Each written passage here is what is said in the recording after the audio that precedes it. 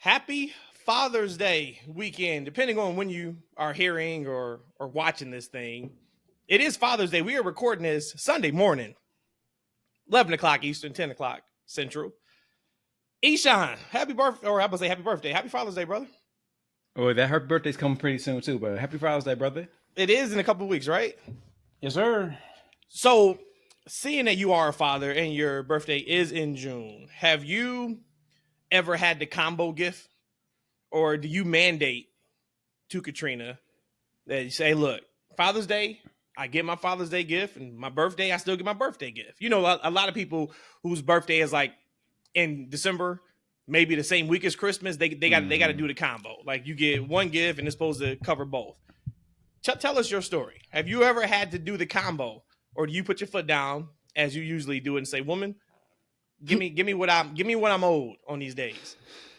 So, I talk a lot of trash in the pod, but I'm actually pretty light, man. As long as she's shaking it in the kitchen for me, I let her do what she want to do, man. So That's what I'm talking about. Shaking the seasoning or shaking what? You know everything. What you're talking about. You know what I'm talking about. Hey, if the season is in hand and the thing is shaking, that's extra credit for me. You understand? But in 16 years, I kind of feel like this is the first time that I'm not getting a combo. She had like a little gift bag for me and a little outfit. You know what I'm saying? I'm like, okay nice little outfit for me. So I think this might be the first year I don't get a combo. Because let me tell you guys, because you guys already know, for me in April, I get hit with our anniversary. I get hit with her birthday. And then another week or so later, I get hit with Mother's Day. So I try to combo as much as I can, but I can't get away with it. So I think this might be one of the first years I didn't get the combo gift. Yeah, that's good. That's progress. Mm-hmm. And I love to hear that. So happy Father's Day to all the fathers out there. Shout outs and thoughts to, of course, anyone who today is a rough day. If you have lost a dad or you don't have anybody to celebrate this with, hey, our hearts go out to you guys as well. But our job right now is to put a smile on your face. We're going to talk some wrestling. We're going to talk some freaking wrestling. So let's go ahead and start the pod. And then, Rhodesia, you don't know this, but today is Father's Day. And I got a couple text messages this morning. One from our guy, Brandon. I got a few more. Shout out to everybody that send out the text messages. And a lot of them had this consistent theme of like, it's Father's Day, don't do anything. So Rhodesia doesn't know, but Rhodesia, you're hosting the pod today. After I intro the pod. Yeah, okay. I'm laying out. All right. I am here for support. I am here to give my thoughts. I got a lot of thoughts about Clash, but I'm not doing the heavy lifting. I was told specifically, don't do heavy lifting today. So episode 143 is either going to go down as one of the best podcasts in history. It could be one of the worst podcasts, but at least I get to sit back and relax, right? So this is the best kept secret in wrestling podcast. You guys already know 3 the hard way. It's the 3 of us. Look at that. This is from when you told me 125 beats per minute. I believe in Rhodesia. Oh, shit. I got some pressure here. I'm sorry. I cut you off. Episode 143 of That's Freaking Wrestling. Thank you, Mr. Rhodesia's the host, along with Eshawn and Matt. Shout out to you guys. We called you guys our freaks, and because you guys are our freaks, right? Either you are freaks sexually, you are freaks for wrestling, however you want to put it. Or freaks for all of both of them, right? The freaks are in the house. Tell a friend to tell a friend, tell a family member. Check out the best kept secret in wrestling podcast today. So, Rhodesia, I turn it over to you. But before I turn it over to you, Triple H, I got love for Triple H, but Triple H, you ain't shit. Oh, what'd he do? What he done did? Did you watch Clash of the Castle? Well, no. Okay, not gonna do that yet. I gotta host it, and then we gotta lead up to that. But go ahead, say what you gotta say. Nope. Then I'll lay out then. Perfect. But just know, Mr. Paul Levesque, you ain't shit.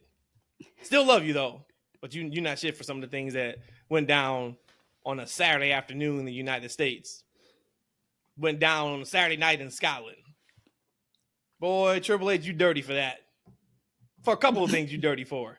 But Rhodesia, take it away. Well, first off, I want to wish you two an amazing happy Father's Day, and to everybody who's listening and watching us today. Matt, I love you so much. I'm going to just start get the mooshies out the way right now. You are such an incredible father to our kid. I am so blessed and grateful to have you as his role model in life. Ishan, you rock it out with those boys, man. And I know that y'all 3 kids at heart. So just keep doing that. I was just talking to somebody this morning talking about unconditional love, and that's what you two just signify, just the constant, and that is the true definition of unconditional love, just being there for your kid. So we'll get it started there. Yep. One funny joke I did have for y'all, or not even a joke, but I just want to just in light of the day. Can you tell me a story or a time, like the funniest memory of your father, or the funniest time that you had as a father? Man, it's a ton of those. Share it and share what you got. You got one that comes right at the top of your head? You know what? Like, sometimes we as individuals, we don't appreciate our parents, some of the things they did. But I always kind of felt like I always appreciated my dad. I remember one day I did something in school. I messed up. Dad whooped my ass, man. I mean, I got ass whoopings too, like big ass whoopings. And afterwards, what was the weapon of choice back in? His belt. His belt. Yeah. This man was crazy too, man. He took me one day. He hold my hand. It was like in the merry-go-round. He was spinning me with the belt. He was spinning me with the belt, right? So then it's like a clash at the castle blocks, man. I fell down, he fell down. So then now he had to get aggressive, right? And now he whooped my ass harder with the belt, right? And then he looked me in my eye, and he go, yeah. I'm like, this man done lost his mind, right? This man done lost his mind, right? But I remember this wasn't that ass whooping, but I got an ass whooping. And then I want to say a couple hours later, Dad came in my room, had his hands in his pocket. Want to go to the arcade? Aww. I was like, yeah. Got up, went to the arcade, was there for hours, man. So I don't know why I got that ass whooping. Well, I know why I got the ass whooping. Because he went a little too hard. That's all that was. Yeah, that's it. That last hit. Yep. Yeah, now being a parent, we know, like, back in the day when we used to get that ass beat, because, like, mine was the belt. And I didn't get a ton, right? But, like, it was the belt, but it was also, like, the brush, too. It was also the brush. Ooh, I know got the brush. Yeah, and same thing, like, and I used to always, man, they tell you don't grab the belt. Like, I'm just supposed to sit here and reflexes. Don't grab the belt. It's reflexes. You better let that belt go. You better let that belt go. But you always know when, like, they went a little too hard when you get some type of treat after the ass whooping. And evidently, that was abuse that day. He took you to the arcade after ass whooping. Hey, I want to tell y'all something. Hey, my parents, I love them to death. We have a great relationship. I'm blessed to still have them in my life, but that wasn't unlike any other ass whooping, man. They used to, like, I would tell you right now, they went too far multiple times, man. It was child abuse up in that house, man. Hey, they built a strong, I mean, I was a thug back in the day, so I guess they had to do what they had to do. But geez, peas. Like, they would have got locked up if this was nowadays, man. Yeah. Mm-hmm. When you asked that question, Rhodesia, I was trying to think, like, I had just so many incredible, like, moments and memories, like, with my dad when I was, like, playing sports, or, like, it was just so many. I'll tell you what I'm probably most proud of, though, and it's, like, job well done. I actually had asked Matt a couple weeks ago, like, hey, you know, say something happens to me, like, what are you going to, like, remember me for? Like, what have I instilled in you? And it was funny because when I asked the question, he was like, oh, boy. And then he answered, and the answer was like, I felt like, all right, job well done, right? Of course, I still got time on this planet, but first he said, to be yourself. Like, you taught me to be yourself. And then, no, actually, that was the last thing, was to always be yourself. The first thing he said was to look at the positives in everything. And I'm like, man, I'm good. Like, if my child, that is the two things that is the first thing that comes to his head about what his dad taught him, I still got time, of course, but I felt like job well done. So in that moment, I was like, you know what? I've done a pretty good job here. Unlike maybe what Paul Levesque did in some of these finishes at Clash at the Castle. Go ahead, Matt. Just go ahead and do it. You can act like I'm hosting the show, but you still going to host the show at heart. Go ahead. No, just do it. He dirty. Okay, I was going to try to do the show just like going from in order of what we actually saw. But let's just jump to the second match of the night. Holy hell! You don't even know what I was talking about, though. I know exactly what you're talking about. Okay. I know exactly what you're talking about. Holy hell! Like, I came on here countless episodes talking about that it is rare for WWE to surprise me. I get my surprises out of AEW. Whoa. Whoa. And you know what else is funny too? What? We get on the last pod and like, you know what's funny about these shows? Like you can see like what the finishes are, right? We sitting there like, yeah, man, like there's only 2 matches on this show that we kind of don't know. Boy, H heard that and was like, I got something for y'all. Yeah, you dirty. Sure did. Yeah, he's dirty. Hey, I also told him, I also said in the pod, we gonna know what the finishes are based on the order, the match order, right? That's true. I'm like, hey, if Drew go on first, he getting screwed, right? Well, no, he went on last and he got screwed. H was like, hey, I really feel like, I'm gonna tell you guys a story in a minute, but I really feel like low key there are like some people that actually listen to us a little bit. Cause it's crazy, like some of the stuff we say that get brought to TV or don't get brought to TV. Oh, they think they know the match, what they know how this thing works. They don't and we appreciate it. Hey, and we appreciate it. Keep us on our toes. Paul was like, Rhodesia, Matt, you don't know shit. Right. You just watch. Man, I was like, and we didn't watch live. So like actually Rhodesia and I watched separately. So I watched yesterday. I got home and then I watched last night before the Tank Davis fight, which any boxing fans out there, that boy is special. Like good luck to whoever is going to try to beat him. There is a plan out there. Like there is a write-up on how to beat Tank. Just good luck executing it. You can't. But so I'm sitting there watching, and of course we start with the first match, and I guess we want to start with the tag match. Rhodesia, I'm guessing. Yeah, because you're talking about Paul Levesque sucks and all that. So yeah, let's just go right there. I didn't say he sucks. What did he say? Okay. Oh, I would rather be told I suck than I ain't shit. But go ahead. But he knows. And they come out looking like they look, and I kid you not. You know, like when you watch like a cartoon and they cut to the guy's head and you see the bubbles, and then like a lot of times like it's another thought that they're having in their head, bubble. Like why they're doing something. Yeah.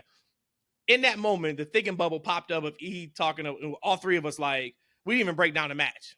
We was just like Jade and Bianca, like get out of here. And I didn't think at all like, oh, they're losing it. I just saw them coming out looking like they look, being the goddesses that they are, and I was like, man, like don't break this team up anytime soon. Like they need to run with this title. But you thought that? You thought that for a second? Yeah, I sure did. We going to 42. We keeping these titles on these women. And then we didn't. Now, Alba Fire, thoughts and prayers to her. Of course, she just lost her mom in a car accident. That's horrific. And I think that was within the last week. I know Triple H brought it up on the press conference, saying that was not the reason why. But for her to be able to get that moment was cool. I don't think that was the reason why either. Which makes it even dirtier. That this was planned. Bianca and Jade loses the titles. It didn't help. Jade had a botch. And I was offline like the entire day. So I didn't get on till like early this morning. And of course, I see a lot of that. I'm not even giving that any time. Yeah, hey, pause real quick for a second, Matt. Pause for a second. So like I'm watching, I'm thinking to myself, like, damn, Jay is looking really good in this match. She is looking really, oh shit. Okay, bring it back. It's just one bot. This is what's happening live in my mind. Like, oh, she looks really good in this. Oh shit. Okay. Okay, that's okay. But go ahead, man. So was that the springboard or was that her tapping out? That was springboard. That was springboard. I don't know if Shayna had that joint on a little too hard. And Jay was like, look. She working right now. Yeah, like this is acting. We are actors. She tapped out so damn hard. A few times, actually. I don't know if they just told Jay, like, hey, you guys aren't winning and you'll know the finish. I don't know if she felt that grip and was like, this has to be the finish. Let me tap out. I don't know what that was, but thoughts and prayers to that too. I don't know if Shayna stuck that thing in deep or what, but I got a kick out of that. I thought that was great. God. And then I'm like, okay, so she tapped. But they didn't see it. Okay, I'm like, now I'm thinking already, like, all right, what's the story they trying to tell? Like, is Jade a quitter now? And Bianca be like, hey, why'd you like tap? And then for me to see them lose, I was shocked. I was absolutely shocked. But then that also foreshadowed for me Drew not winning. When they won, and of course they're from Scotland, I was like, all right, that's the feel-good moment of the show. But Triple H, you dirty. Well, for me, we watched the main event together last night. So I watched it a little bit out of order. So I wouldn't have had those same thoughts like, well, I knew that Drew was going to lose because I actually saw him lose already ahead of time. But I kid you not, as I'm watching this match, I'm writing notes like, God damn, Alba Fire is killing it. She is commanding this ring when she's actually in the ring working. I'm like, she is killing it. Again, in my mind, there's no chance in hell this is her good showing. When we talk about this good showing all the time, this is Alba Fire's good showing. Holy hell. Did she not perform? And like I said, I was incredibly surprised. Do you remember the last time I was surprised in WWE? Like legit surprised. We were talking about at the earliest you could start breaking them up this fall. Today, so they've only had it since Mania? 2 months? And that's not to say they're going to break up, right? Like just because they lost doesn't mean they should break up. And they may, who knows, they may get it back. But you know what's funny about this? This is where just because it's Jade and Bianca, right? Like that's why. If it was any other tag team, the signs were there. We talked about it in the last pod that they were putting that match on Raw and they took the pin. And remember, I said like that was a horrible decision. You already got to take a team that doesn't have heat and you have them take the pin. That's booking wrestling 101. Typically, the team or the person that loses or is down on the go home show wins at the PLE. Once again, we're not looking at it that way because it's Jade and Bianca, and we're not beating Jade and Bianca. Hell, they compare Jade and Bianca to the Legion of Doom, the Road Warriors. Yeah. Yep. And 10 minutes later, tap out. And they actually lost twice. She tapped out like 2 or 3 times, actually. This match was 2 out of 3 falls, and we didn't realize that either. Yep. Well, I knew that something was off. Again, her botch off of the top rope, whatever. I mean, that happens to the best of us. We'll talk about that in the main event. But for me, when they did their new tag team move, kind of at the time they did it, and like, you know how it's a symphony when they're orchestrating your match. I'm like, they're doing their finisher here. And I probably should have known at that moment that something was about to happen, not what I thought. But again, the blinders. Because Jade and Bianca's carrying this WrestleMania 45. But there we go. And we got our new women's tag team champions. So overall, though, I thought the match was fire. I thought the match was incredible, even with Jade tapping out and her botch. But again, it is what it is. I felt after her botch, she tried to go a little too fast. Did you kind of feel that too? Oh boy! Oh, absolutely. She was moving a little too fast, trying to catch back up. And it's like, no, just own your fall, own your trip. Yeah, it wasn't. Nia owns her trips all the time. that was like when Sonny was whooping my ass and he fell down, and then that belt was going so hard on my ass. You know what I'm saying? Like he had to get comeback. He didn't want no laugh from me. He want no laugh. No snickers, no giggles, man. But look, I was really surprised because as we talked about it, we were like, all right, definitely they're gonna, whoop these women ass, right? And then they end up losing. But at the same time, I mean, they can go a couple different ways. We can kind of discuss where you think they might go because, Bianca and NJ, neither one of them took the pin, right? It was it Zoe? Right, so they have that out. Yeah, no, Shayna. I thought Shayna did. Was it Shayna? Yeah, Shayna. It was Shayna. Shayna. Okay. Like so, they have that out. Everywhere. No, she made Jade tap. So really, Shayna can come on Raw and be like, "Look, I made you tap." Yeah. We need to run it all back. So they got that rematch, right? Because I don't know if you start that breakup with them or they go their separate ways this early. I trust Triple H and his team. I mean, I'm sure this is that's where they want to go. There's a plan and there's a story in line, right? But man, I just felt like there was so much. But maybe there wasn't that much meat on the bone in this tag division because we're like, man, look, these women can't compare to Bianca and Jade, and I don't see any other tag team, especially with Asuka being out, that can even really compete with these girls. So I mean, let's talk about that now. What is next? What do you guys think is next for Jade and Bianca? Like, is everything still all good with them? I think it is. This is not the time to break them up yet. It's really early, right? It's too early. Their synergy and chemistry is still just so good. It's nothing stellar about it. I think they haven't even peaked. They're still going into their final form in this tag team group thing. So no, I don't want them breaking up. I want them to still continue being friends. Again, how it's going to look, I don't know yet, because we'll talk more about the rest of this match as far as who's going to go after what titles and such. But for me, I think that they should still be together. Do you think it's bad they win it back right away? I mean, does that make Alba Fire and Isla Dawn like just for Scotland?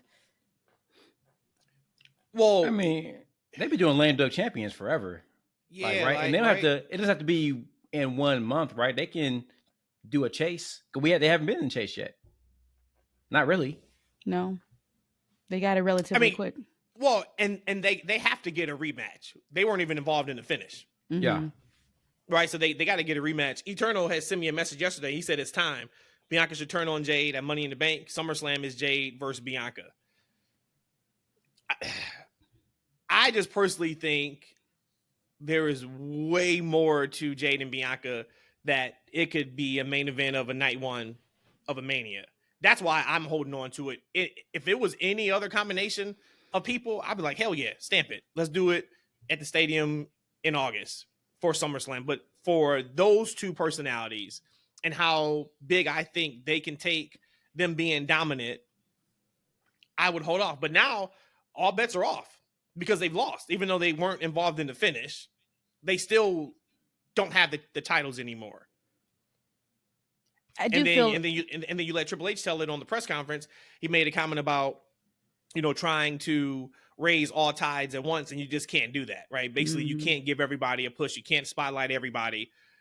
So by him saying that, he was directly talking about the women's tag team match.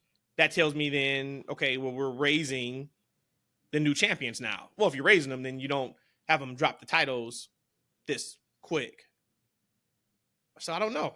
Maybe Jade and Bianca aren't next somehow, some way. And then, like it's gonna be interesting to see. But like it's funny because there's a clip I'm gonna play from the press conference too, maybe when we get to the main event, where he was talking about the spot with Damian Priest. And he said something that we harp on a ton on this podcast. So I'm gonna play it's like a 30-second clip. But storytelling. Right? Like you got us. I don't agree with the finish. I would have kept those belts on Bianca and Jade and Triple H. You ain't shit for that. But I am more intrigued now with the women's division than I was before. I can't say it's for the better. Like I don't think the title should have went on them. I don't, to be completely honest. But I'm here to see what happens. sure. Because now I'm intrigued. I was Opposed gonna to, say, all right, if the women, if Jade and Bianca would have worked, I don't know who else at Money in the Bank. It would have been, all right, well, they're winning. And then if they so we think. work SummerSlam, all right, well, they're winning. It So would we have just been the think. whole thing. Yeah, or so we think exactly. But it kind of goes back to the point where people were complaining about Roman having a title because of how the finish was, and they're fully protected. They being Jade and Bianca, they are. I would say they're bigger than a title, but they are an attraction, the two of them. So it's not maybe necessary now that they dropped it the way that they dropped it for them to hold the titles. Now, any other way, then no, I would be like, absolutely not. That was garbage. But like you said, I'm here for it to see what happens. I think it's going to be a transitional really quick. But if we're trying to hold on this story to bring it to maybe possibly Mania 41, right? 41, yep, 41, then this probably is good for them to not go after it immediately. Yeah, I mean, I don't know what else they do in that tag because without Bianca and Jade, like that tag team division isn't that high, right? So we have to see how it goes because I can imagine this might be something just to kind of give those two girls something to do, something to chase after, right? Go after the nasty heels, and it gives Elba and it gives what's my girl's name? I just forgot her name. I lit on. It gives them something to do. Dawn. Like, right, they can be some nasty heels, running away from the tag match or whatever. Kind of, it gives them some TV that they can do. If we got a bet, are they going to break them up right now or keep them together and them chase? I'm going to say they're going to probably chase. But if they don't, I don't know if we're getting that Mania match that you guys want. Yeah, I don't think they break them up yet. Even there was a video somebody took in the crowd when they were leaving Jade and Bianca. And like, Bianca's like telling Jade to keep her head up. She, puts her hand underneath her chin and like, keep your head up, and they leave. So as of right now, there's no dissension. Once again, they weren't even involved in the finish. Yeah. Well, the real finish. The official The real finish. right? The official finish. finish. Yeah. I can see Shayna, putting that hold on a little too tight, and she whispering to Jade. Yep. Welcome and Jay to was WWE, like, bitch. Hell yeah, you're going right? down. And Jay's like, I really cannot breathe, going y'all. down. Let me tap. Hey, Luke, lighten up, light, medic. God damn it. What's next, Rhodesia? Let's move on to, since we already skipped the first match, we'll come back to that. Let's go to what I thought was my main event of the night. That turned out being the worst match for me. And when I mean worse, don't mean like it was a bad match. It wasn't a bad match at all. I just thought that we actually had some really great matches on this card. Oh, you mean the match that you wanted to be disrespectful? The end, yes, absolutely. Yeah, I wanted to. Absolutely. What I thought was a main event ended up being like fully predictable and felt like a glorified SmackDown show, which was Sammy and Chad Gable. Match was worked good, but again, you have all these storytelling. Nothing super big came out of it. Yeah, Otis was carrying Maxine away, and that's kind of how then he got her liver kicked, and then boom, match is over. But to me, it really felt like just a SmackDown or Raw times 2. It did not feel like a PLE to me at all. Wow. I like that match. I like that match a lot. I like the story they was telling. I like the way the story was telling was with Maxine. God damn it, Maxine. I don't know what she out here doing, but she was looking good last night. With her stiletto and her boot. I love that. Oh, man. I ain't never seen that combination. She had them little cheeks out, boy. She had them little cheeks out. I couldn't believe what I was seeing. I thought it was really good. I like the storytelling aspect. I like, Otis going back and forth. It was a lot of story in that match. And ultimately itself, I thought was a good match. I was just wondering, because just for me, I'm watching it because I'm like, man, does Maxine just make that complete heel turn right now and cost Sammy the match? Right now she's full heel and Otis don't know what to do. Like, I felt like there was so many storylines at play that I was just intrigued to see where they were going to go. And then when we got the finish, I was perfectly fine with that. I was perfectly fine with Sammy winning and continuing the IC. I kind of feel like, all right, this is it for them, those two guys, but maybe not. But for me, I was there because of the story. I wanted to see what was going to happen. Was Otis going to turn? Was Maxine going to turn? I was there for the entire match. I thought it was really good. Yeah, I agree with E on this one. And it's funny because like there's certain things, like a lot of times when we do our preview show, it's like a lot of it like in the moment for me, right? Like there's things that I know is going to happen and I just won't bring it up for the preview because like maybe I don't think about it at the time. And with this, we should have known Chad was going to lose this match. And this is hindsight, of course, now, because we hadn't got to the Creed brothers yet. That's the next logical step of this story, is him aligning with the Creed brothers. And the Creed brothers are going to be what he wants Otis and Tozawa and Maxine to be. That's the story. The story is we know Tozawa's out of there. We know that man got to go. He is not effective in no big heel role. He got to go. So that makes a lot of sense. Yeah, and Chad gave them numerous opportunities yesterday to help him, and it didn't work. Right? Okay. Now insert Creed brothers, and we put Team Angle together 2.0, and now it's time. You get the pit bull, and you get the pit bull in place of Maxine. And I know she's a good girl, but dang, they will be lethal. On his face afterwards, he just stuck it, and then Sammy leaving and saying it's over. Like, you've had your opportunities, you had your shots, no more. Okay, so like, and that's when it clicked to me, like, oh shit, that's right, the Creed brothers story. That's the story. Just like I can't wait to kind of talk about Drew McIntyre's story. Watching that match, it's like, oh, his story is not the championship. Like, that ship came and went for right now at Mania. When he did win it, he did get that moment for 5 minutes. There is a whole nother story brewing with Drew McIntyre that is more important than him winning the Raw championship right now.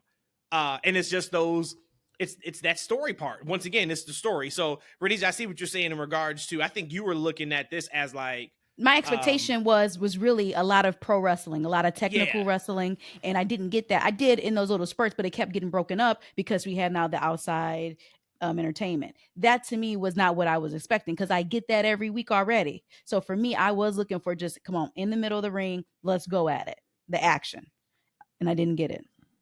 But not as much as what you got at the Clash though. Like on Raw, you get the little spurts. Like one week is Maxine to step up, she doesn't. The next week is Otis to step up, he doesn't.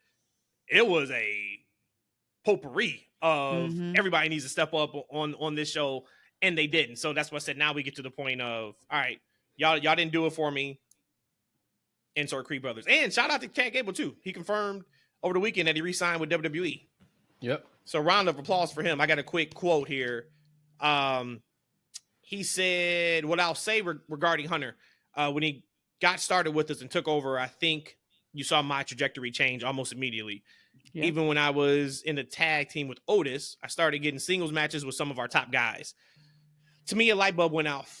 Things might be different now, and they have been ever since. He's delivered on everything he's ever told me.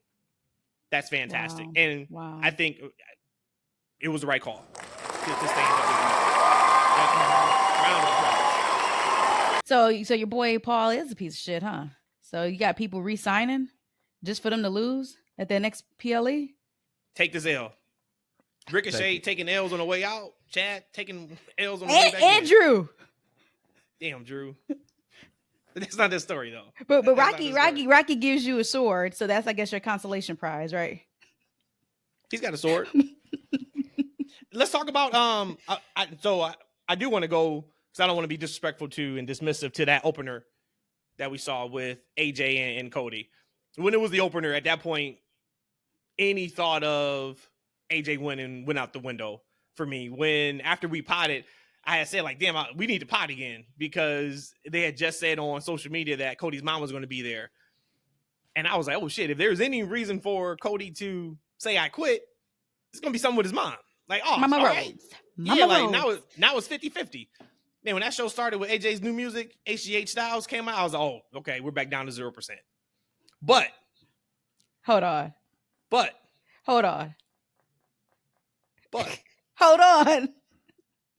what? I was supposed to lead this topic because I'm about to go on a record on something. Go ahead. Go. Hurry up. What? Is this breaking news? This is breaking news, y'all. My match of the night was Cody Rhodes versus HGA Styles. Yo, this match gave me everything that I wanted. This was not your normal Cody slow methodical. I gotta do this. What? Give me that. Like, Cody, okay, you are going to the Juneteenth barbecue cookout this week for sure. Based off of what you did, and at the very end of the match too, you definitely got the cookout invite. This match was so incredible. And again, I love AJ Styles. This new AJ Styles, absolutely there for him 100%. This match was, to me, perfection. When I tell you that it was ruthless and tough and stiff at the times that it needed to be. Cody didn't feel like he was forcing to be aggressive. These brain busters, the suplex over the top rope to the ground, all of that, everything about that match had me like, thank you, Cody. I respect you a little bit more because of that. Now you guys can go and tell me your thoughts of the match. Cody, don't come to her cookout, man. You see how she keeps finding little ways to knock you down, man. Like, she try to build you up, just knock you down. No, I build him all the way up on this one. Granted, AJ Styles is just 80% the reason for this match, why I love it so much. But no, this match was perfection. Perfection. All I was going to say was shout out because we got blood. But you did a good job breaking it down. AJ was like, we got a bleeder. Hell yeah. But the blood made sense. It was one of those, once again, that, hey, we know red equals green when it's done right. And that match was done right. Right? Yeah. And then even I don't want to get deep into, okay, I'm not nerding us out.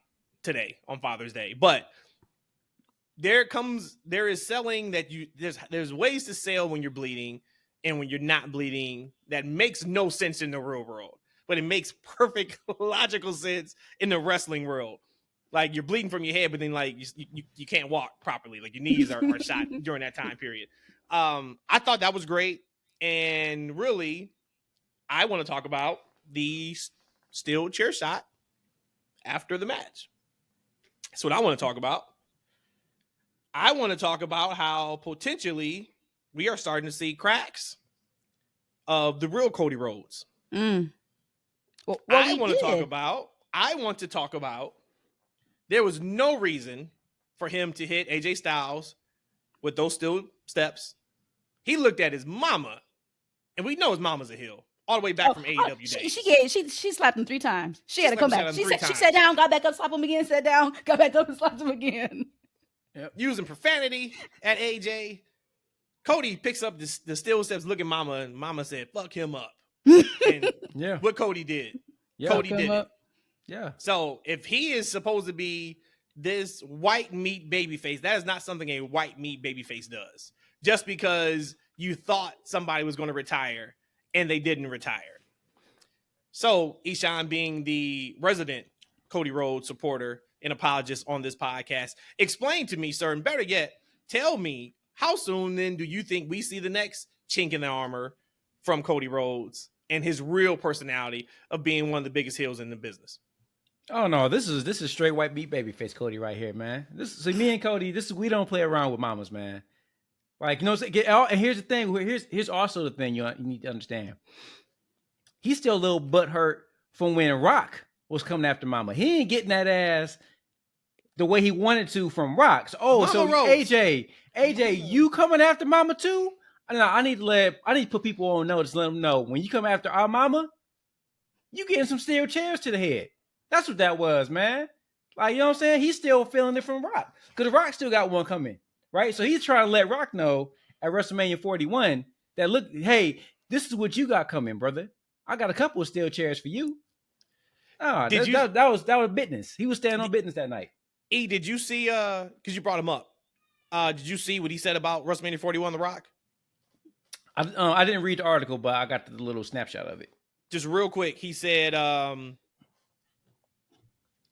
he was talking about WrestleMania 40.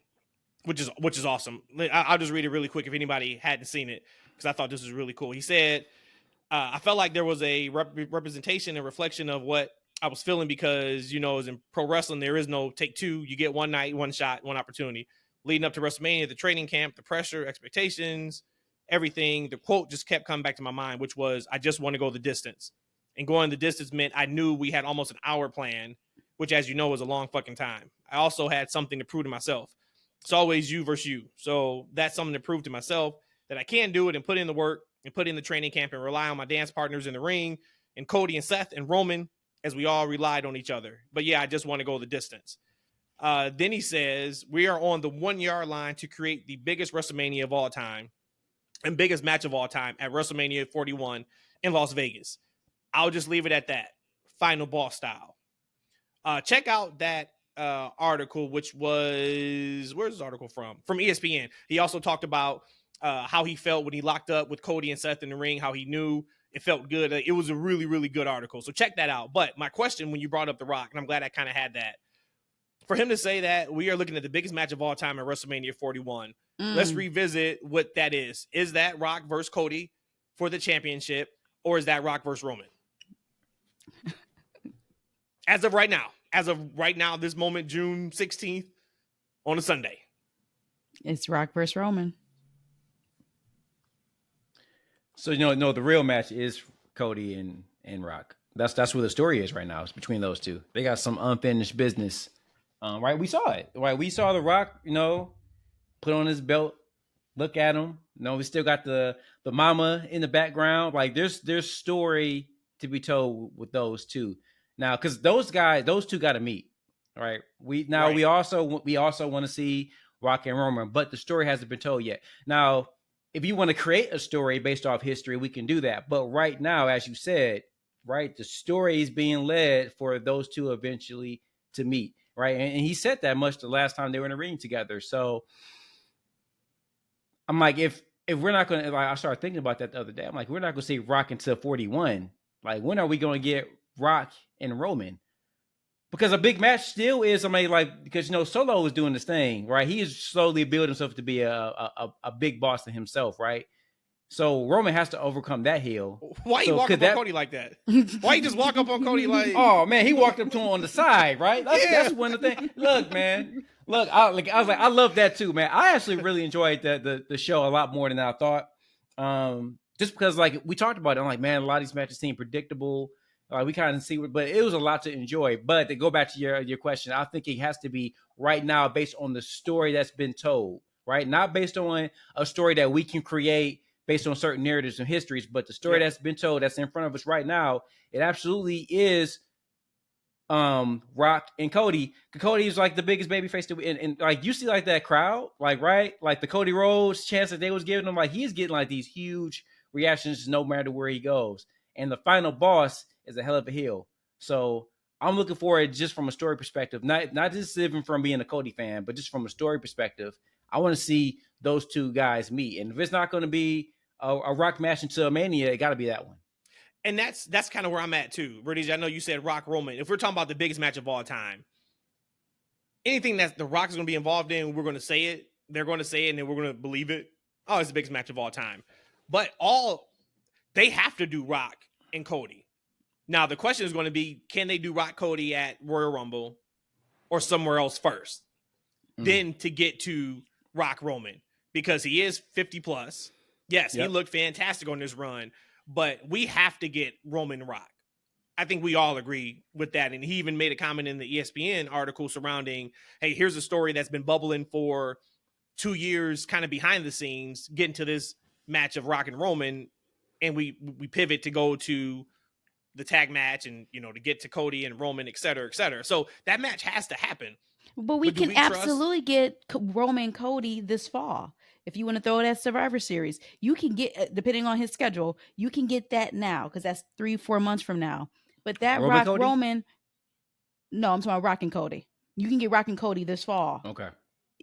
Because, like you're saying, if we're looking, if time was a pause right now, the actual story that was told, you're right. The Rock and Cody was last in the ring with each other, the champ versus the people's champ. Boom, you're right. Now we know the trajectory of what's happening with the bloodline, so we can say then maybe we can assume that maybe Rock is the tribal chief there that's calling all the strings. But on Mania, if you're saying that Rock is building everything up to being the biggest match of 41, no one can tell me after we've had 40 that Rock and Cody is going to be more than Rock and Roman, especially if Roman's going to come back as a face. There's no way that you can tell me that they're not planning. Plan A is Rock Roman at Mania 41. They didn't get it this year. Oh, no. I think plan A is Roman. I'm sorry. I think plan A is Cody and Rock. Because, at Mania? Yes, because Cody still got to get his get back. Rock pinned Cody night one. You have this fall to get to that. This is just mid-June. Well, they definitely can't do that Survivor Series. But a couple of things is we don't know what Rock's availability is going to be. Right. Right. So is he going to be available to tell, not only have a match, but to tell a story? Because you got to get through a couple of things, right? He has to tell that bloodline story, right, to keep things going with the Rock. With Roman, right? But then he also has to engage with Cody. Now they're kind of setting some things up. Because as we saw at the Clash, right, Solo is in there now, man. He's entered Cody's world now, right? Like, we gonna see some interaction. I was saying, hey, who's that next bad guy that's a threat to him? Well, he's already interjected himself. So now the bloodlines are already starting to interject with Cody, right? So what does that mean for Roman when he's back, right? Are we gonna get? Damn it, can we get some I thought about can we get like some Cody and Roman tag matches? They own the same brand, right? Can we get a Roman and Cody versus it's it's endless what they can do with this right now, but it just depends on what Rock's availability, because he needs to be around and tell some story.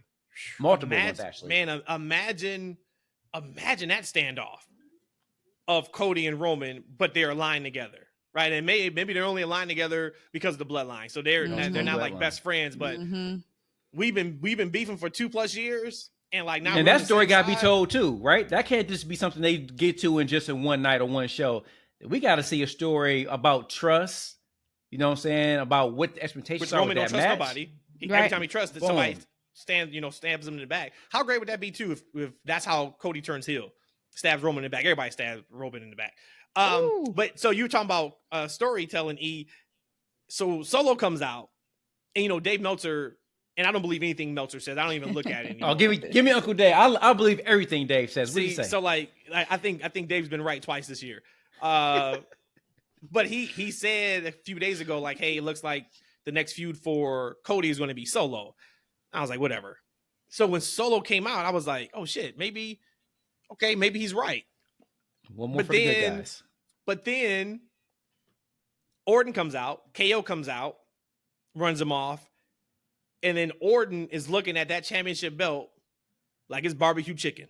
Mm. And I was like, we Barbecue still chicken are chuck? getting Orton and Cody at SummerSlam. So We're still maybe getting they that at do SummerSlam, right? maybe they do Solo. Oh shit. Maybe they do Solo and Cody at Money in the Bank. Maybe by some chance we get Roman there. And then we get Roman and Solo at SummerSlam. Because either like the way it feels from what we've just been talking about the last 10 minutes, it feels like either they need to really slow walk the dog or they got to run. Like So walk the dog. What you mean? If they're trying to get to, like, say if the plan is Cody and Rock at 41, Okay. you can kind of go slow a little bit. And then if the plan is still Rock and Roman at 42, you can go slow with all these stories. But say if somehow you're like, hey, look, we got to get to Roman Rock at 41. We got to get through Orton Cody. We got to get through Solo and Cody and or Roman. Solo and Roman. We got to get to the reveal that Rock is who they feel like the new tribal chief is. Mm-hmm. We got to get to Jay and Rock or Roman and Jimmy coming back together. Like there is just so much You just made my that brain they hurt need right to there. do if the story is Rock and Roman at 41. Now, if it's not, once again, you can go slow because now you got a year and a half or 2 years or whatever the case may be. But I like what they did. It was super simple. And maybe my favorite thing from the weekend outside of getting blood on WTV was Tama and Tungaloa fighting over who was going to beat KO's ass more on SmackDown. I thought that was incredible. Pack of hyenas.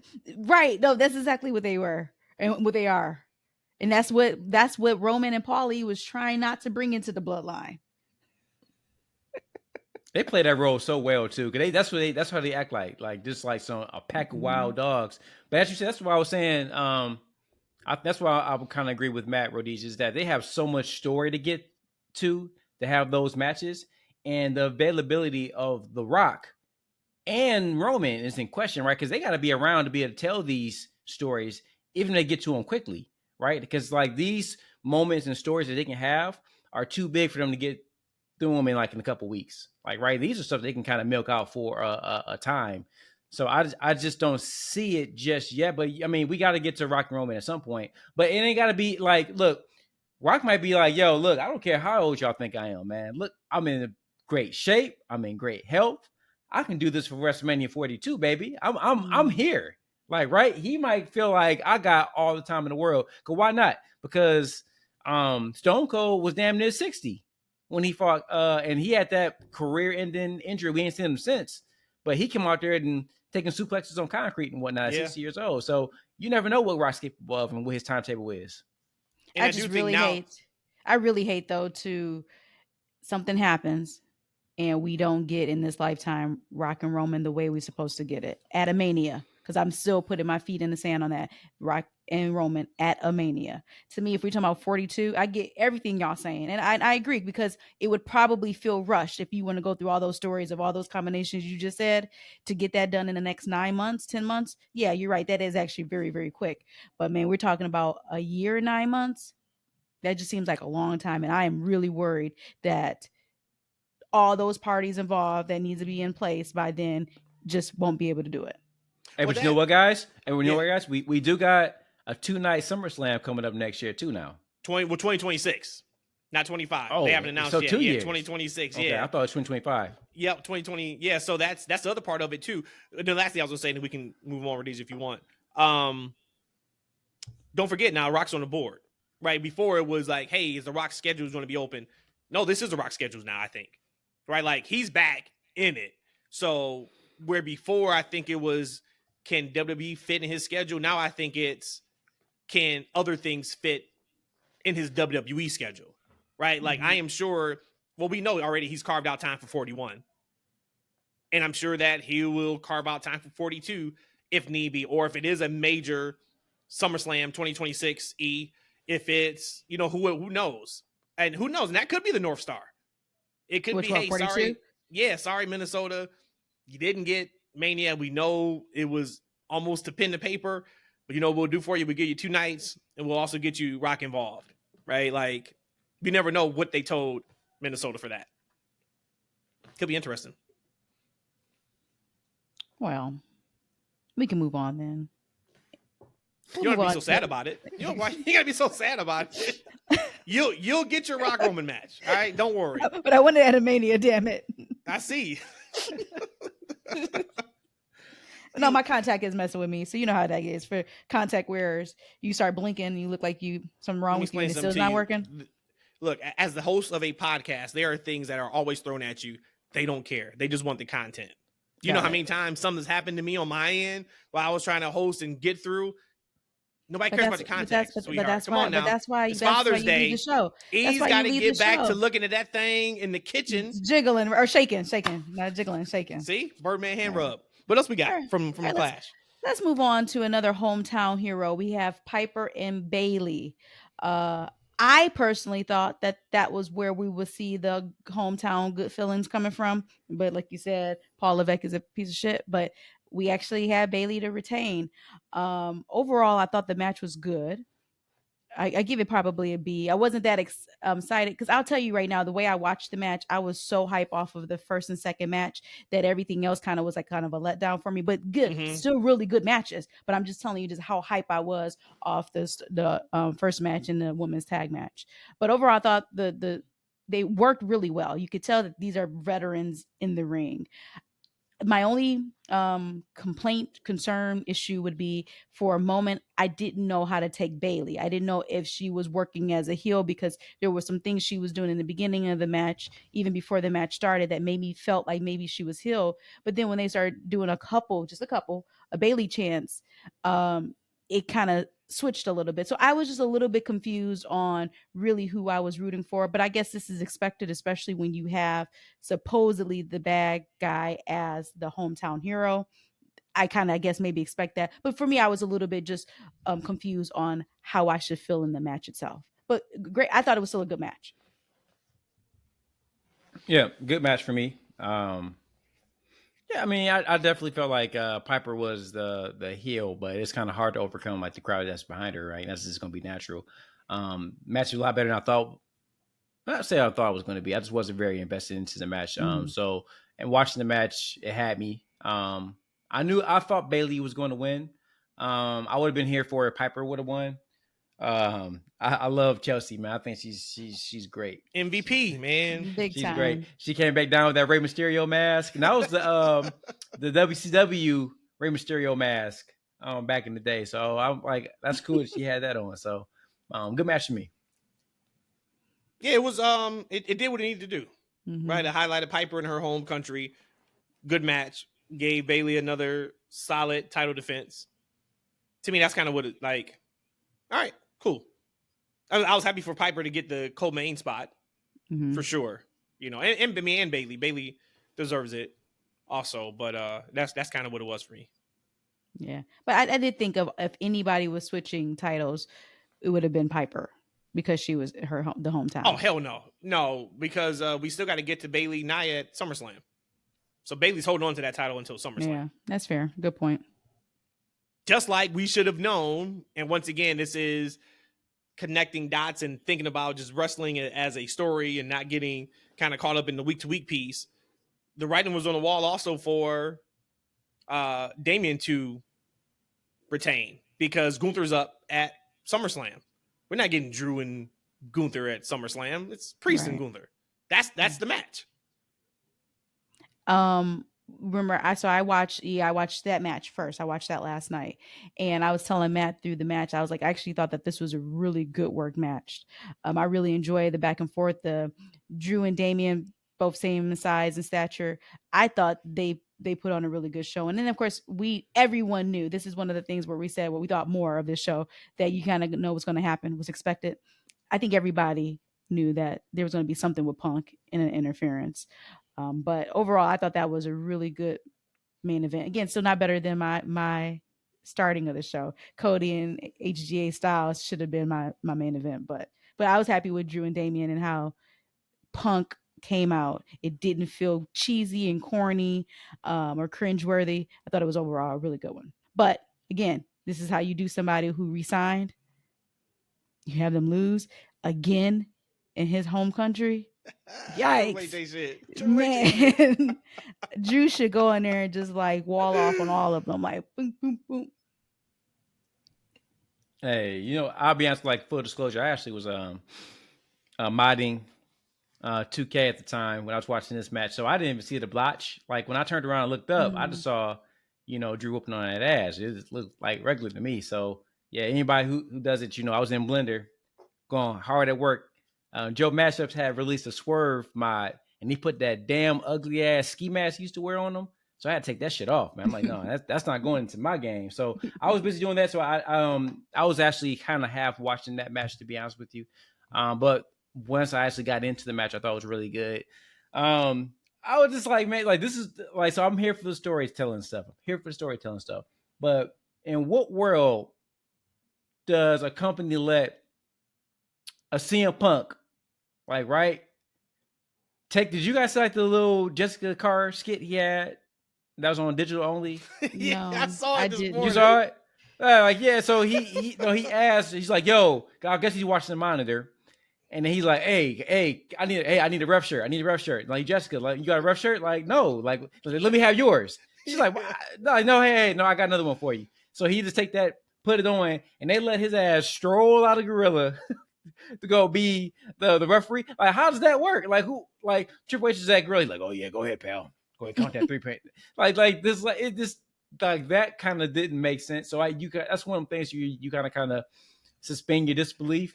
Because it didn't make sense why they would let him out there to go do that. I said the same thing when he came out. I was like, see, this is some of that trustworthy equity WWE has built up, because no, that's interesting. That was no sense. Yeah, I thought that was actually pretty fun. I thought I actually liked it. And the reason why it made no sense, because he didn't count to 3. The reason why it didn't make any sense was because he had access to a referee shirt so quick. Like, how did you in know that moment? In that moment. Like, I got to get out there. See, this is what I call that wrestling bullshit. That's what that was. That was that thing in a real world setting that would not happen. If on the NBA court, if one of the refs go down and let's say LeBron in the stands, like they ain't gonna throw that man no ref shirt and he gonna walk onto the court and start officiating. That's just not gonna happen. Not especially, and it was perfect timing. And it was perfect timing for that spot. And right? Especially because this is in Scotland. So you flew there. He flew his ass all the way down there. Right? Hold on a second. You flew there to do what? To go on vacation. If the ref never got bumped, we wouldn't have seen you in that match from the story that played out. But I said the same thing. But let me ask you one question. Just follow up, right? To see how much of that wrestling bullshit it was. Was he involved in the pregame stuff? Was he on a panel? I don't think so. I think it was supposed. I think it was pretty quiet that he was there. I think so. He had nothing else to do besides be there. That's what I'm saying. What a petty man, right? Of course we know that's petty of him. But the fact that they in that perfect moment he had access to the shirt and they let him run down to the ring and cost somebody a championship match was essentially what they did. Like that's what I go dirty, Paul. Paul like, hey, you know what? It's good TV, pal. Have at it.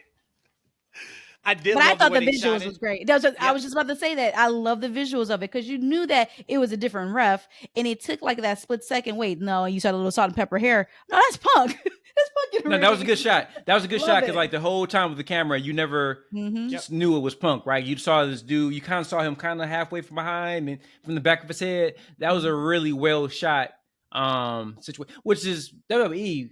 They shoot things really, really well, right? Like the storytelling they use with the camera is amazing. I've never seen a wrestling company or a TV show actually use the camera to kind of tell storylines.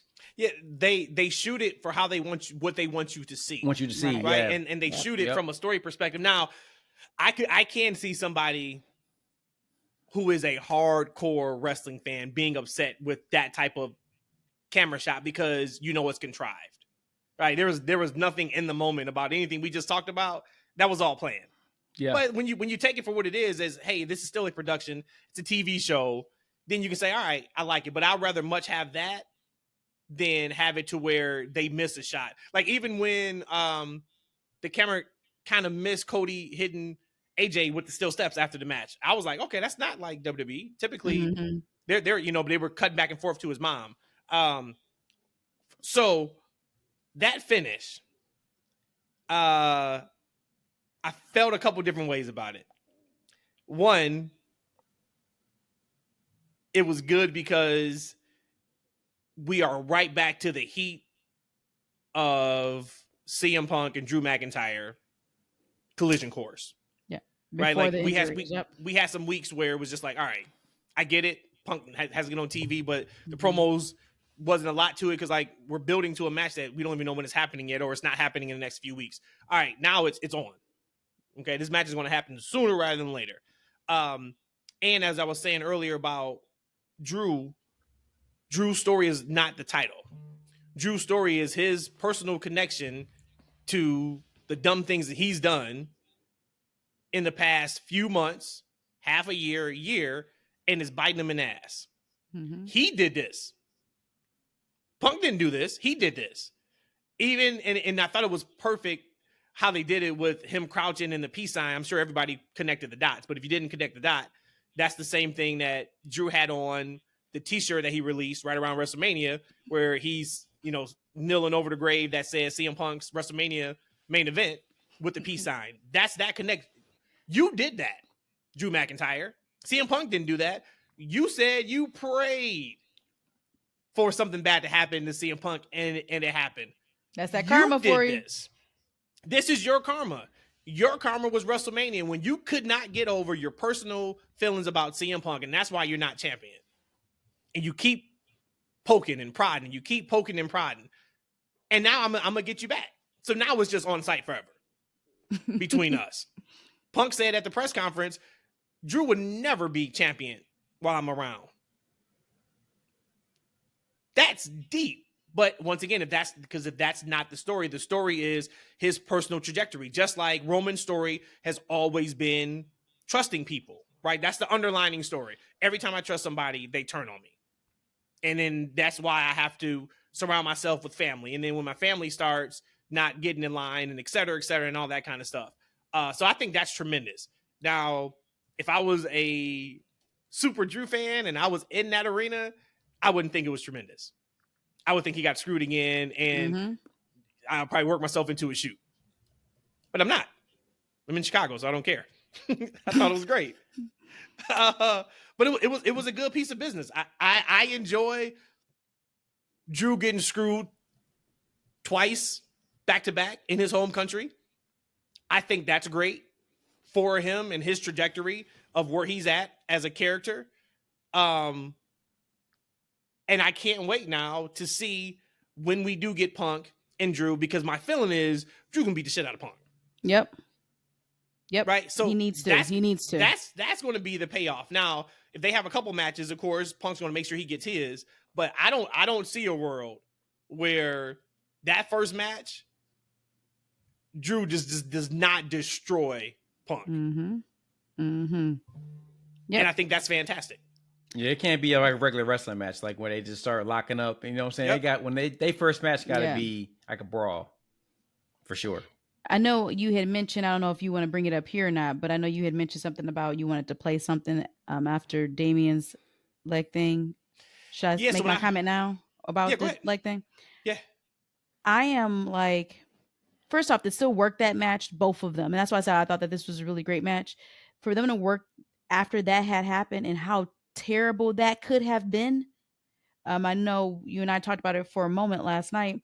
Mick Foley lost part of his ear because of the ropes, stuff like that. So for him to still work through that, whether he's not, I don't know if he's injured or anything like that, but to still work through that, that's just consummate professionals, and them to be able to still go with each other and not make it look clunky and like, oh my God, what's happening here? Y'all just completely off the rails. Y'all still put on a good match. That was incredible. But thank God that it wasn't worse, because that could have been devastating for Damien. Yeah. So here is a quick excerpt. I think the journalist asked Triple H, just kind of, hey, what'd you think of that spot? Where it as he said, it's full contact sport. The injury rate is 100%. No one gets out unscathed, and they might have a long run of it. But you're going to leave here with some issues, with some aches and pains. It's just a part of the game, but it's part of what we do and why we love it. When I saw that happen to Damien, my heart jumped out of my chest. I didn't see any way that he wasn't injured, and when I got word that he says he's fine, which adrenaline is a hell of a drug. I said that too. You seem fine in the moment. I'm really hoping when I leave here, I'm going to get good news, because while he's walking around okay now, I'm sure adrenaline is carrying him through that. So there's such a fine line between what we do being safe, what we do not being safe. There is a risk to reward ratio every single time you get in that ring. And it's the truth is, it's why we try to emphasize storytelling, right? Because everything else is special effects to a degree. And you've got to take the risks when you can and not take them when you can. And you want to be in this for the long haul, not the short. So, it brings back memories. I can relate to it, and I certainly hope he's okay. But it's a part of what we do. I thought that was incredible because of when we talk about storytelling, right? And I'm sure any fans of ours also enjoys the storytelling aspect of wrestling, because that is what we enjoy. And what Triple H just said is the reason why I get so down at times on other companies when it is just about the moves. And we've seen it, particularly in AEW, when somebody goes injured and now it throws all plans off. Right, because that is what the point of that's what the focal point is, right? Is the moves, the crazy moves. And the Triple H's point right there, hey, outside of storytelling, he said it's smoke and mirrors. That is what they do, because if it is not smoke and mirrors, people are dying in the ring every single week with what they do, right? When I first saw that spot, I thought it was planned. I did. Really? Yeah, and I thought it was planned because he does that move a lot. And it wasn't until the way Drew reacted where I was like, oh no, that wasn't planned. But to your point, and I said, now we're calling this match on the fly, because I can almost guarantee that's not the same match they had kind of planned after that spot, because you can't really move. You know what I mean? So shout out to them. Talk about ultimate professionals. Even Drew kicks him to what he was saying, and then he goes away and he goes to the announcer's table. And of course, he is removing him from the situation so the ref can get Priest's leg out there, and it still didn't work. Yeah. Now he is going. Now he's saying, "All right, well, I gotta win the championship." So now he's trying to do it. And when that happened, when that cutaway happened, because I know, you shared this with me years ago, the whole, if it's a work, then you're kind of going to still be able to see it. If it's a shoot, they don't want you seeing that. And as soon as they panned away to Drew walking over to the announcer's table, my heart sunk even more. I was like, oh my God, like, are we going to look up and his foot is just now just dangling? I was so terrified when I saw that. But again, down to like you say, the consummate professionals, when they were just on their knees going at each other, they're probably so taller than me on their knees, but they're going at each other, blow, blow, blow on their knees because again, they got to see how much can Damian work at this point. I just thought that it takes a veteran to be able to know how to handle that, and shout out to both of those guys for pulling that off. Yeah, for sure. Pros, man. Like for Drew to instantly, like, you know what? Let me step away. Let me go do this because it'll make sense for the story. Like if I go to knock off of this thing, that gives them a few moments to kind of unloosen him. Just some big time pros, right? As you said, we've seen other spots and other companies to where so when shit goes fly, man, they still trying to do moves, right? So it's it just shows you like the dedication, man, how dangerous it is, right? Because like we talked about it before. I was kind of down on edge, jumping off the top of that cage because they like anything they can do can cause them an injury. Like, right, it's that just they can hit the rope, man. I remember Rhodesia, you talk about that. What can happen when he with his leg? I remember there's a dude in Mexico died just landing on the rope, like probably he landed on his rope probably the same way, probably millions of times, right? He landed on that second rope and then the snapback snapped his neck. Like he's probably did that spot probably hundreds of thousands of times in his career. Yeah. But that one time, took his life. So I mean, it's a wrestling is dangerous, right? That's why we always get irritated and angry when people say it's fake. It's predetermined. The physicality is real. Yes, there's some help spots in there, but those dudes are putting their body on the line each and every time they're in there. So this kudos to them. What pros they are in that situation. But yeah. So knock on wood, he is good. Yeah. Because I had said, and it's funny because at that point I knew when Drew came out and Rhodesia, you didn't see the entrance, had the back pipes, fantastic entrance. I did.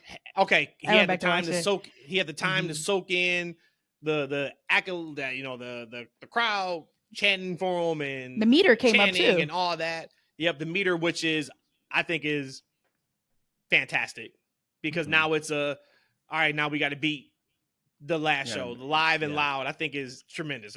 And it makes people want to cheer even louder when they see it pop up on the screen. But when I saw that, I was like, okay, well, he's not winning. Because you don't give him the 5 minutes before the match, because you would wait to do that after he wins the title. And then we can do that whole thing. So when that happened and I saw like it was legit, I was like, ooh, I wonder if we call audible out here right now. They don't call audibles, right? But I'm thinking to myself, like, you may want to call audible if Priest is going to be out for an extended period of time. There's no point in him winning this match. And he said also too during the press conference that, hey, I beat Drew on one leg. I dare you guys to tell me I can't beat Gunther at SummerSlam. I dare you. He said that? Yeah. Go ahead, talk your stuff, Damien. See, I was like, all right. This is the right, one I've been Priest. waiting for. This is who you were a year ago when I was like, yeah, you need to cash in and be the next champion. Let's go. I'm back down for Damien. Mark my word right now on Father's Day 2024. I'm back on the Damien bandwagon. We'll see what kind of promo he cuts on Wednesday or Monday, and then we'll see what you say on Wednesday night for Thursday's pod. All right. Well, overall, of course, I thought the show was great.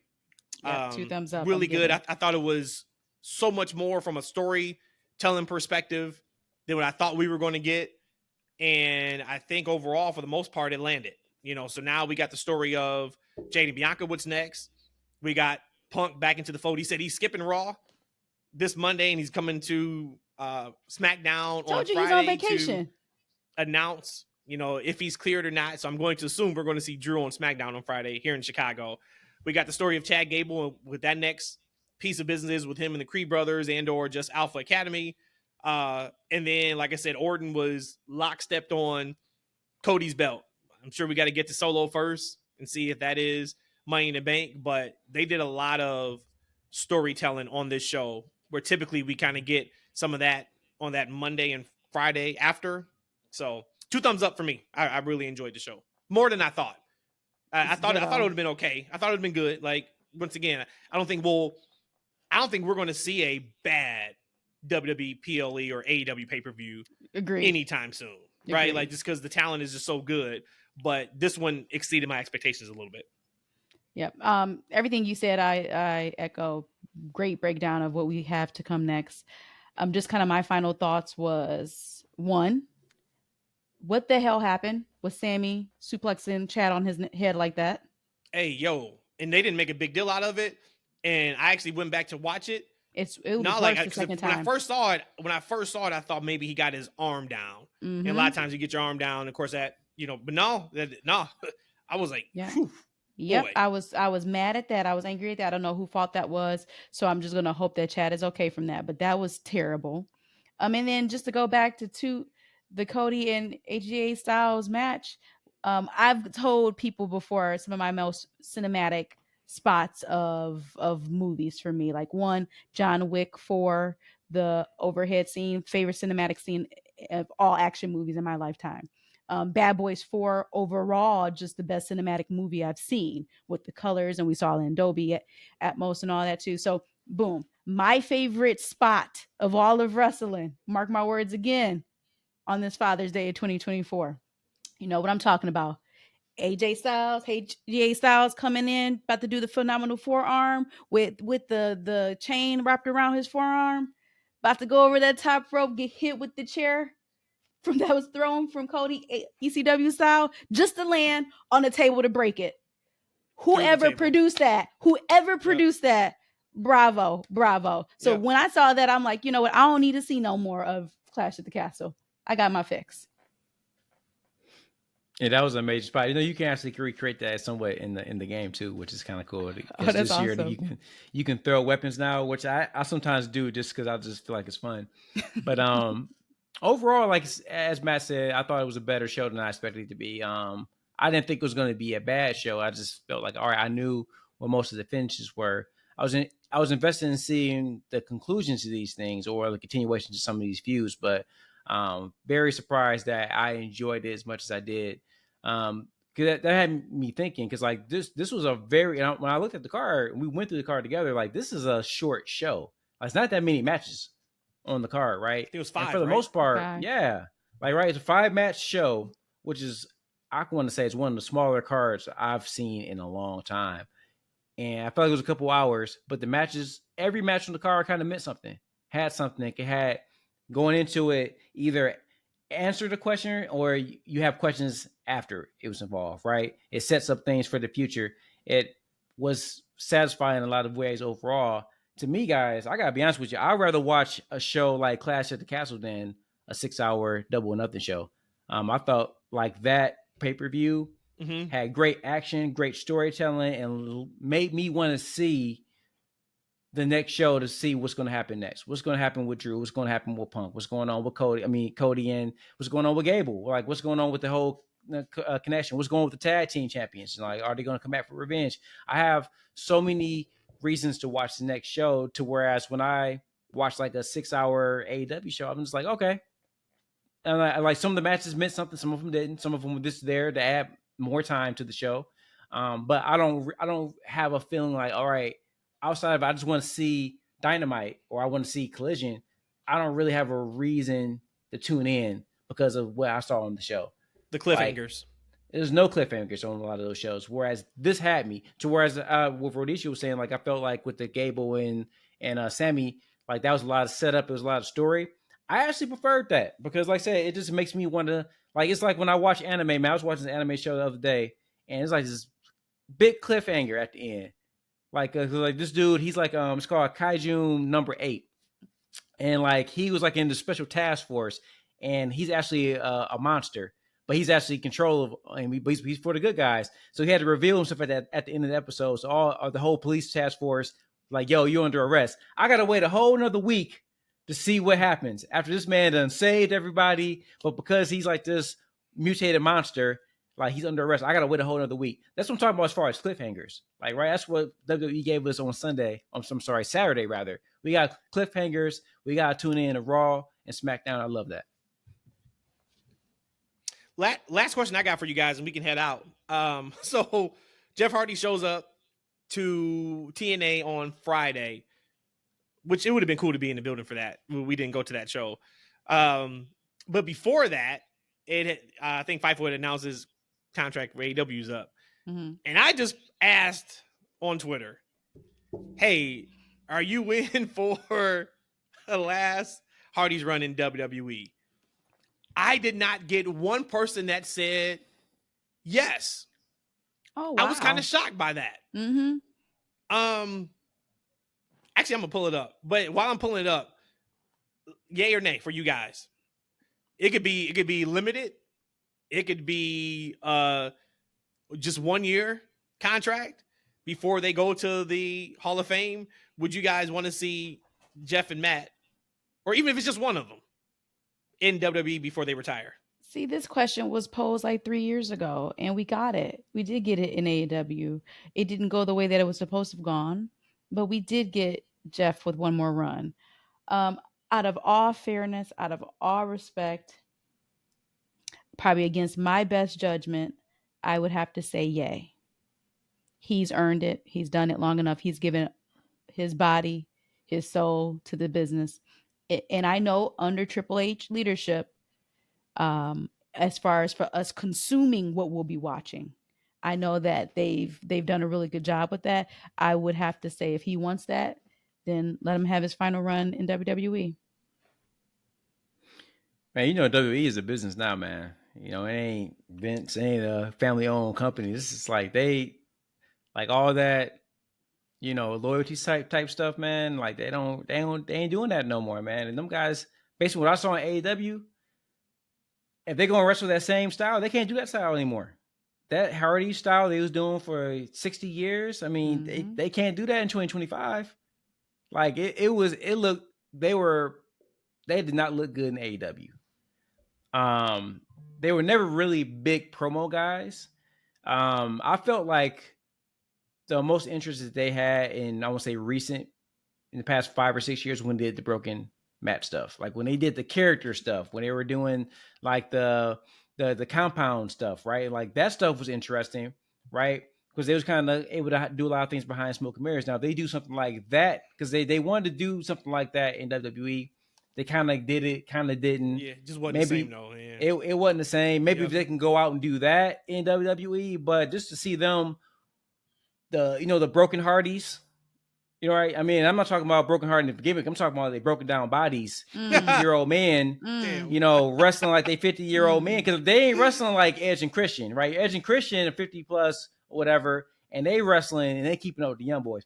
Like Jeff and Matt, and especially Matt, man. Like he moved like them. He need to get 2 hips replaced, a couple of knees replaced. Like just the way he moves, man. He looked like he in hurt. Like he's hurting. Like I don't want to see them sloppily pretend like they're the Hardys from 20 years ago. I'm good. It's funny because the only person, shout out to our guy Billy Mays, he's the only one, and he had a caveat. He said only if it's interesting story wise, maybe old grizzled heel Hardys. Everybody else was like, nope, they can go to Hall of Fame though. Nope, I'm good. Nope, not at all. Nah, nope, what? I'm cool. They retire in TNA. No, we finally old head free. What? Wait, repeat that. Somebody said we finally old head free. What? Said the old head's out of there. Aww. So yeah, but you know what? So now I just really thought somebody was gonna say, yeah, I'm down for it. Because I wouldn't hate it. Now I don't need them to be highlighted. Well, I would want them to be used as like Legends act. Right? I said that before. Right. Like put them in a spot where they get over along with getting somebody else over. They should not be out there wrestling any type of like just regular type matches on a random Raw or SmackDown. And he doesn't like it, so he's playing the Burgers. Got it. What I'm saying, I'll be okay with it, but I'm in the very, very minority, and I'm only okay, honestly, because of how bad they were using AEW. This is why I personally don't have I'm not buying a ticket to see the Hardys in 2024 or 2025. But I know how poorly, I think, in my opinion, they were using AEW. And I feel like WWE could use them properly to get them the right send-off. And I want them to get the respect they deserve for what they meant to the business at the end. Because I feel like if, they're in TNA now. And they'll be fine in TNA. So do a thing in TNA. Yep. We might see him pop up on NXT, right? We got a relationship. Tatum Paxley popped up on NXT at a pay-per-view, man. So we might see him. We might see him there. That'd be cool. Yeah, that would be. That would I be. one last thing on that. I can see them coming up with some type of like Raw 1000, right? And they have the episode shows, have it somewhere around WrestleMania time, the year, and then just have them come in like again in that spotlight and just highlight them for a couple weeks. And I think that would be great. No. That'd be a great send off because they deserve the respect. I mean, they were like the second, at least for when I started watching wrestling, like that second bout of tag team champions in the New Day. So for when y'all watch all the other guys back then, who's the ones that had War Machines, not War Machines, but Doom, War Legion of Doom, Yeah, Legion whatever. of Doom, LOD, Yeah, Road all Warriors. of them. After them, you know, you have then the Hardys, you have Edge and Christian, who then became like that second round of tag teams. And I think they deserve to be put on the pedestal. AEW didn't do them right because the AEW allowed them to still wrestle the way that they did. When Matt did that swanton off the ladder and practically broke his back, I was so disgusted about that. I was disgusted then, spinal, and I'm disgusted now about that because that took quality years off that man's life. But I digress. I don't want to talk about that. I do want them to get maybe one more homage in like WWE. We will at the next Raw 3000 show. They'll be with the rest of the old timers. Where they've been a whole old timer parade, and we can clap it up and give them respect. Then keep them off my wrestling matches. That sounds like the perfect way to wrap this special edition of the TFW podcast, Father's Day edition. Rhodesia. Yes. Nice job. I didn't host. Yeah, you did. No, I didn't. You know what? You may host the next pod too. You did such a tremendous job. Ishan, go enjoy your Father's Day, my good man. Have a great time. Day. You too, brother. Happy Father's Day. Yes.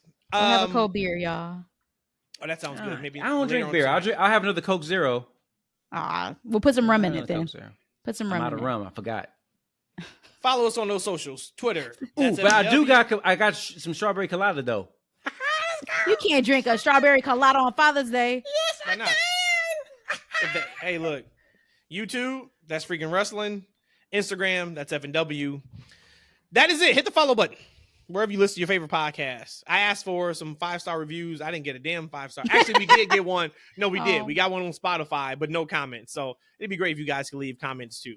All right, just so we know who you are and who's supporting us out here. So we appreciate you guys. We'll be back on Wednesday night to break down what should be a pretty damn good Monday Night Raw and any of the news that hit. So thank you guys once again for listening, supporting. Appreciate you guys. See you next time.